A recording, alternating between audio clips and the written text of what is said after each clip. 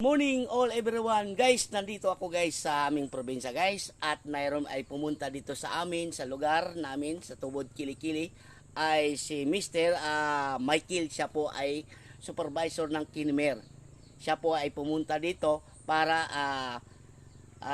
surbihin ang aming kakawan kung ilang hectares ang aming kakao.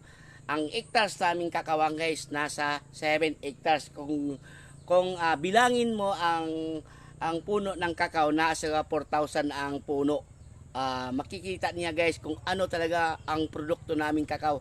Sigurado guys, pang-export ang aming kakao ay isa pa pasado talaga guys. Kasi ang kakao namin, pang-export, pang-sikulati pa. Napakadabis ang aming produkto.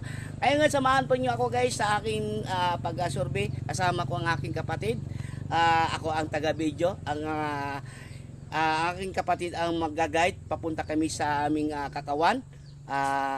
Ito naman si Michael, siya po ang magtingin kung good talaga ang aming kakawan. Sigurado at pasado yan guys, kasi napakaganda ang aming produkto. Guys, samahan niyo kami guys, tara!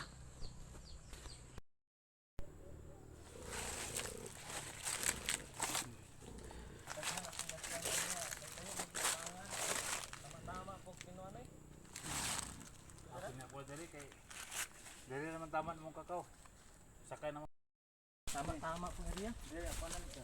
Kani. Nakaanak dito tuyo. Kung ano tayo master no, katong liso lang. Liso. Pan na ko na dito. Kaya na may area ba nga kanang bro.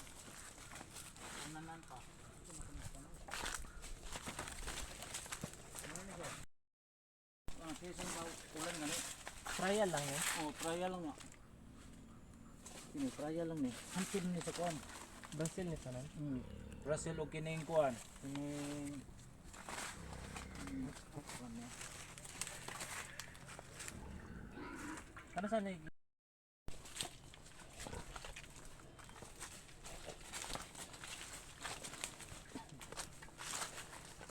Ano sa kana sa kabalik niya ina iliste sir?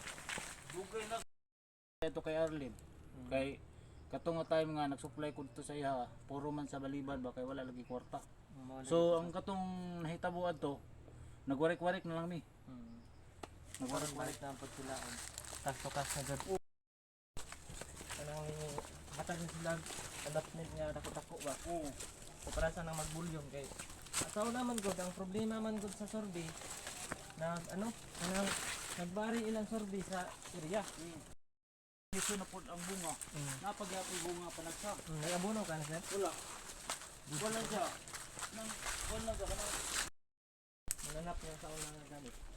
kuan. Ano dito katong service katong kuan. Kusay. Kuside. Oo. Katong kuan. Duwe. Amen. Purpose sa aming kakao guys, sir, para po makita po ng ating mga kababayan o ating audience kung paano ang estima sa ating kakao sa aming produkto dito sa aming probinsya, sir. Ano mo na lang sir sa ating camera, sir.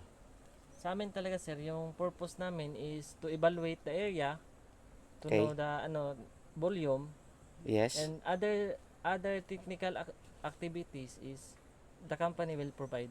Okay, sir. Sa amin lang talaga is to know the area, the number of plants. Ganun lang yung trabaho namin sir. Iba na yung sa sakit. Pwede din kami mag-advise kung alam namin. Yes, sir. Yan lang ang trabaho namin. Ayun lang sir, ako ay napapasalamat sa inyo sir sa inyong pagtungo dito sa aming produkto naming mga kakao. At least nasurvey po ninyo sa aming produkto ng mga kakao namin dito sa aming probinsya, sir. Sir, maraming salamat sa inyo sa pag-inspection sa aming produkto ng aming mga kakao, sir. Yes sir. Okay, maraming salamat sa inyo, sir. Thank you.